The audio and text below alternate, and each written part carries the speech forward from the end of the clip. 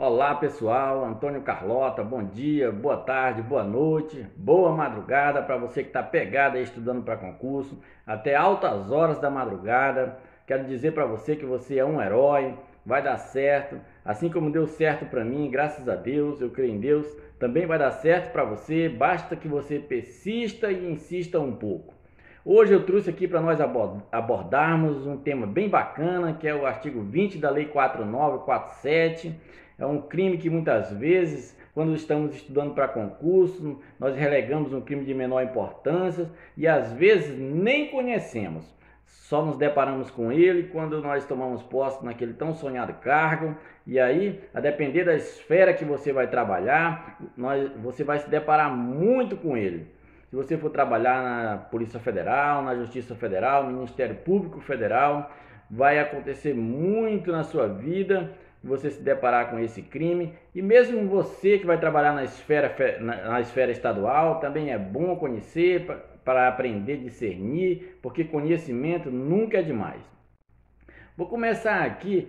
Hoje eu quero abordar a respeito desse crime, eu quero abordar sobre dois aspectos, sobre as unidades de conservação e sobre um aspecto relacionado aos assentamentos do INCRA.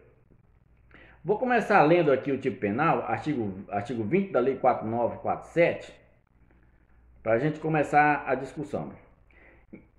Essa lei é uma lei que trata sobre direito agrário e no artigo 20 prevê esse tipo penal: invadir com intenção de ocupá-las terras da União, dos estados e dos municípios.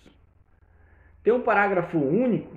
Na mesma pena incorre quem, com idêntico propósito, ou seja, com intenção de ocupá-las, invadir terras de órgãos ou entidades federais, estaduais ou municipais destinadas à reforma agrária. Uma especificidade aqui que iremos abordar mais na frente. Qual a problemática que se tem a respeito desse crime? Costumeiramente, o que ocorre é o seguinte: vamos supor que uma autarquia federal, ICMBio, por exemplo, encontra um determinado cidadão dentro de uma unidade de conservação de forma irregular. O cidadão está lá na posse daquela área de terra e não tem autorização do ICMBio, da autarquia responsável pela fiscalização, e nem tem a inscrição na associação pertinente, por exemplo. Esse cidadão está totalmente irregular. Eu pergunto a vocês: esse cidadão cometeria o crime do artigo 20 da Lei 4947 de 66, invasão de terras públicas? Vamos analisar esse aspecto que vamos analisar. O cidadão que está regularmente nessa área de terra, com autorização da autarquia federal ICMBio, inscrito na associação pertinente daquela unidade de conservação, e ele vem a celebrar um negócio jurídico com outra pessoa, vendendo, permutando ou qualquer outro negócio jurídico que eu faça, esse cidadão incorreria num crime de estelionato, artigo 171, parágrafo 2º, inciso 1º, que é dispor de coisa alheia como própria. Vamos analisar. Mas costumeiramente, os aplicadores de direito nos órgãos responsáveis pela persecução penal, numa situação como essa, como esse exemplo dado, costumeiramente eles enquadram esses fatos dentro dos tipos penais que eu me referi. Ou seja, ao cidadão que tem a posse regular daquela área de terra e celebra um negócio jurídico vendendo, permutando com outra pessoa, a esse cidadão lhe é imputado o crime do artigo 171, parágrafo 2º, inciso 1º, disposição de coisa alheia como própria. Depois vocês dão uma olhada lá nesse artigo. E ao cidadão que é encontrado regularmente, que adquire essas terras através de um negócio jurídico, a ele é imputado o crime do artigo 20 da Lei 4947 de 66. Mas, de fato, estariam esses cidadãos incorrendo nesses respectivos crimes? Fui pesquisar.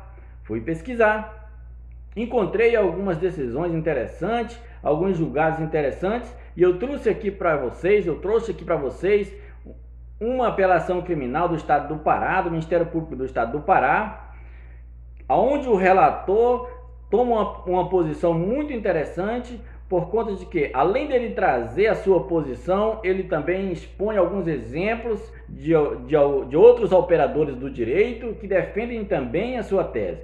Vou ler aqui esse julgado, vou dar o número dessa apelação para vocês, para que vocês depois entrem e dêem uma olhada. Apelação criminal 2007.39.03.00498-3/PA. O relator assim se manifesta. No delito previsto no artigo 20, parágrafo único, Lei 4.947 de 66, aqui está 61, mas é 66, o núcleo do tipo é invadir, como vocês viram lá, invadir, ou seja, entrar à força, penetrar, fazer incursão, dominar, tomar, usurpar terras pertencentes à União.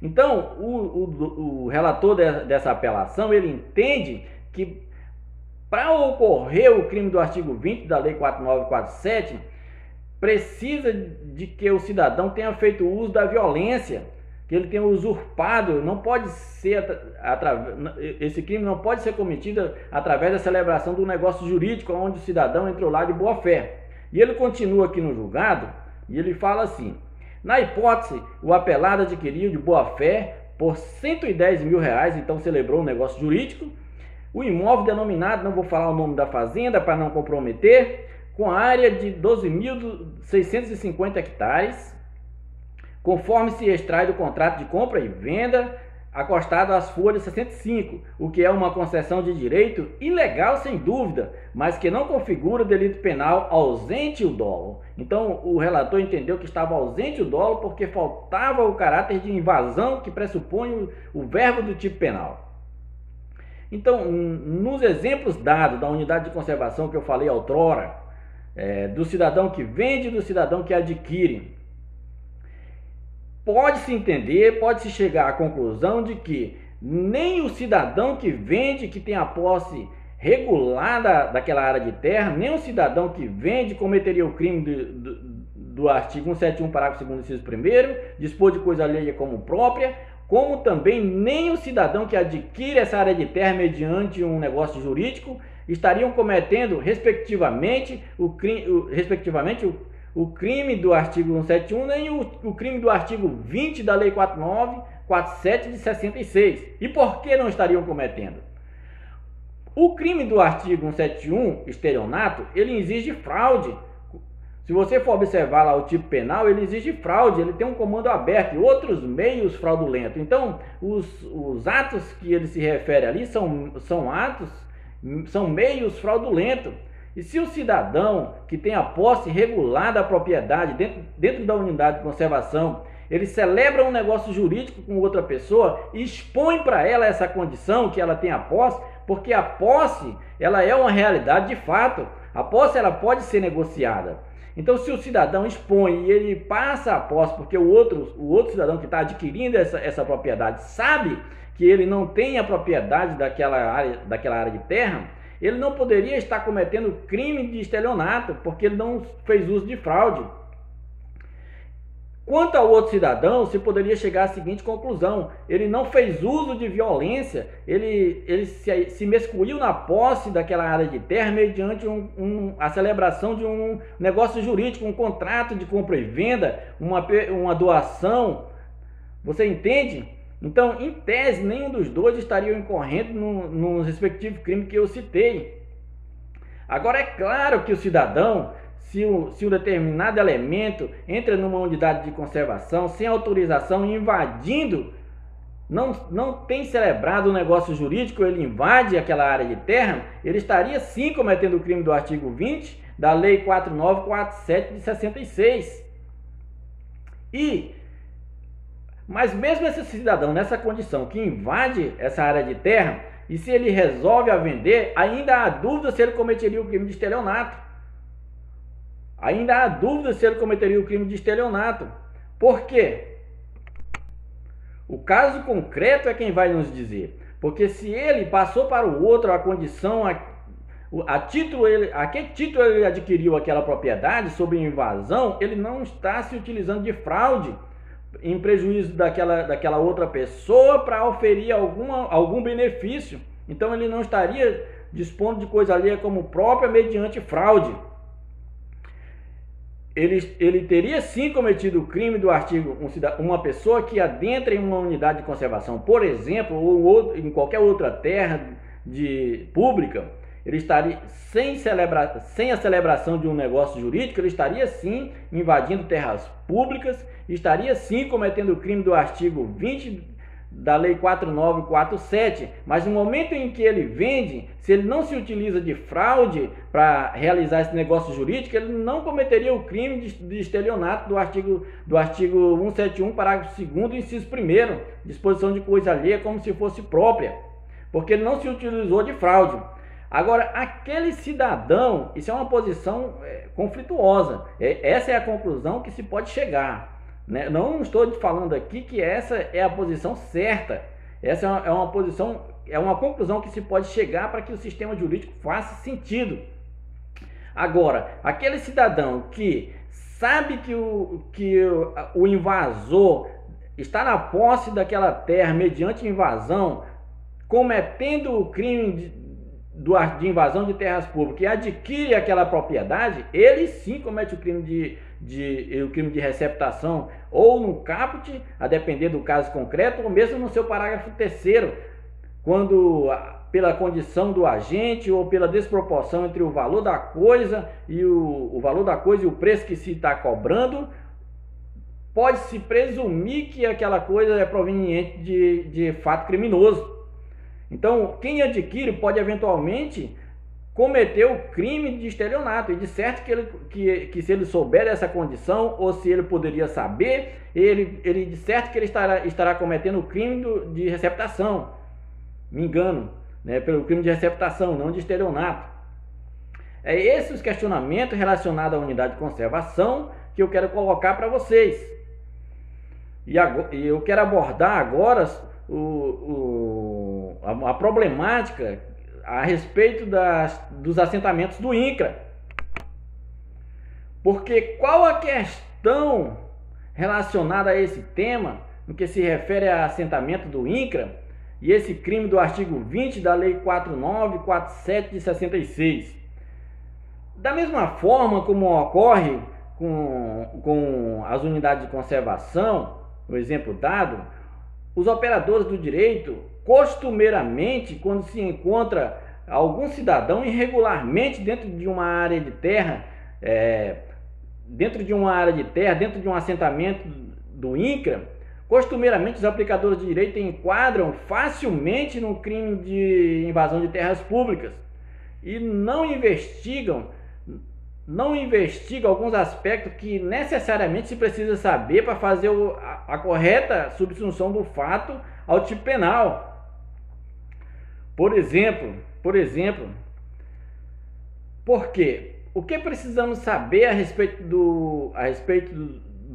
de assentamento do INCRA para se fazer a correta subsunção do tipo do fato à norma penal? A Constituição, no artigo 189, vou ler aqui para vocês, Constituição, no artigo 189, assim dispõe: os beneficiários da distribuição de imóveis rurais pela reforma agrária receberão títulos de domínio ou concessão de uso inegociáveis pelo prazo de 10 anos. Então, de antemão, já se vê que pode se negociar. Muita gente fala que é inegociáveis. Então, pode. Tem um prazo, mas pode. Parágrafo único.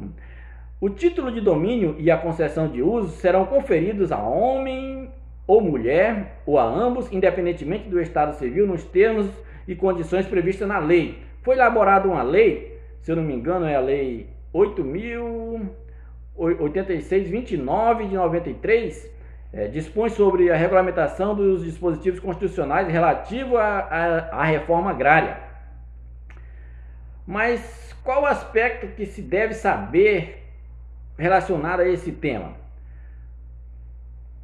Nós, aplicadores do direito, no dia a dia, quando nos deparamos com um fato dessa natureza, precisamos saber se o domínio daquela área de terra está na autarquia, se é propriedade da autarquia ou da União, eu não me lembro, estou em dúvida a saber de quem é a propriedade, mas eu acredito que seja da autarquia. Então, precisamos saber se a propriedade é da autarquia ou do particular, porque costumeiramente, quando o INCRA promove um assentamento de terra, costumeiramente, num primeiro momento, aquela pessoa que recebe a área de terra, ela recebe sob concessão de uso. Então ela não tem o domínio, a propriedade não é dela, a propriedade é da autarquia. Então isso geraria, no caso de um crime ocorrendo dentro de uma propriedade, a depender do caso também, um crime ocorrendo e nesse caso uma invasão de terra nessa área, atrairia atribuição para a Polícia Federal e atrairia competência para a Justiça Federal, porque geraria interesse da União, das entidades autárquicas ou empresa pública, como diz o artigo 109 da Constituição. Mas no segundo momento, se o cidadão ele obedece às condições estabelecidas pela autarquia federal, ligada à reforma agrária, se ele obedece àquelas condições, lhe é concedido o domínio, o título daquela terra, sob condição resolutiva, é claro, porque geralmente o INCRA estabelece algumas parcelas a serem pagas, então ele recebe aquela área de terra sob condição resolutiva, mas de fato a propriedade é dele. Então, nesse caso, se ocorre uma invasão de terras, sem ser nos moldes do exemplo citado anterior, onde o cidadão celebra um negócio jurídico, se ocorre uma invasão daquela área de terra, que é de propriedade de um particular, aquela pessoa que invade aquela área de terra e é encontrada pelo IBAMA, por exemplo, ela não comete o crime do artigo 20 da Lei 4947 de 66, porque não se trata de terras públicas. Não se trata de terra públicas, mas de terra particular. A depender do caso concreto, ela até poderia cometer o crime do artigo 161, parágrafo 3º, que é o esbulho possessório. A depender do caso concreto, se ela usar de violência, de grave ameaça, ou se o meio utilizado para adentrar naquela área de terra foi através do concurso de mais de 2 pessoas, no caso 3. Então, esses aspectos que eu quero trazer para vocês, que muitas vezes alguns aplicadores do direito, quando vão aplicar a norma ao caso concreto, não observam, não procuram saber esses detalhes, né? Saber se houve, quando relacionado à unidade de conservação, se houve a celebração de um negócio jurídico, se o cidadão que está lá, se ele está de boa fé, se ele adentrou naquela área de terra mediante a celebração de um negócio jurídico, e em tese seria um ilícito administrativo ou civil, mas pelos princípios do direito penal, do princípio da taxatividade, princípio do direito penal mínimo, o direito penal não se miscui nessa esfera. Isso é coisa para ser resolvida pelo direito administrativo ou pelo direito civil. Não, muitos operadores do direito, quando se colocam diante de um fato concreto dessa natureza, não procuram saber desses detalhes. E quando relacionado no que se refere às terras do INCRA, não procuram saber aonde está o domínio. Chega o órgão ambiental, o IBAMA, por exemplo, chega lá conduzindo um cidadão na delegacia, encontrado irregularmente dentro de um assentamento do INCRA, não procura saber se aquela terra que o cidadão invadiu, se ele não celebrou o negócio jurídico, aquela terra que o cidadão invadiu é realmente de propriedade da União. Se aquela terra, a que título o possuidor daquela terra, o morador regular, tem a posse daquela terra, se ele foi concedido domínio ou se ele está sob concessão de uso, porque dependendo do fato, o tipo penal muda. Então é isso. Tem outros aspectos, outros crimes ligados a essa temática, mas eu não vou abordar aqui para que o vídeo não se torne muito longo. Mas esses aspectos, esse tema que eu quero trazer para vocês, colocar em discussão para que nós possamos aprender.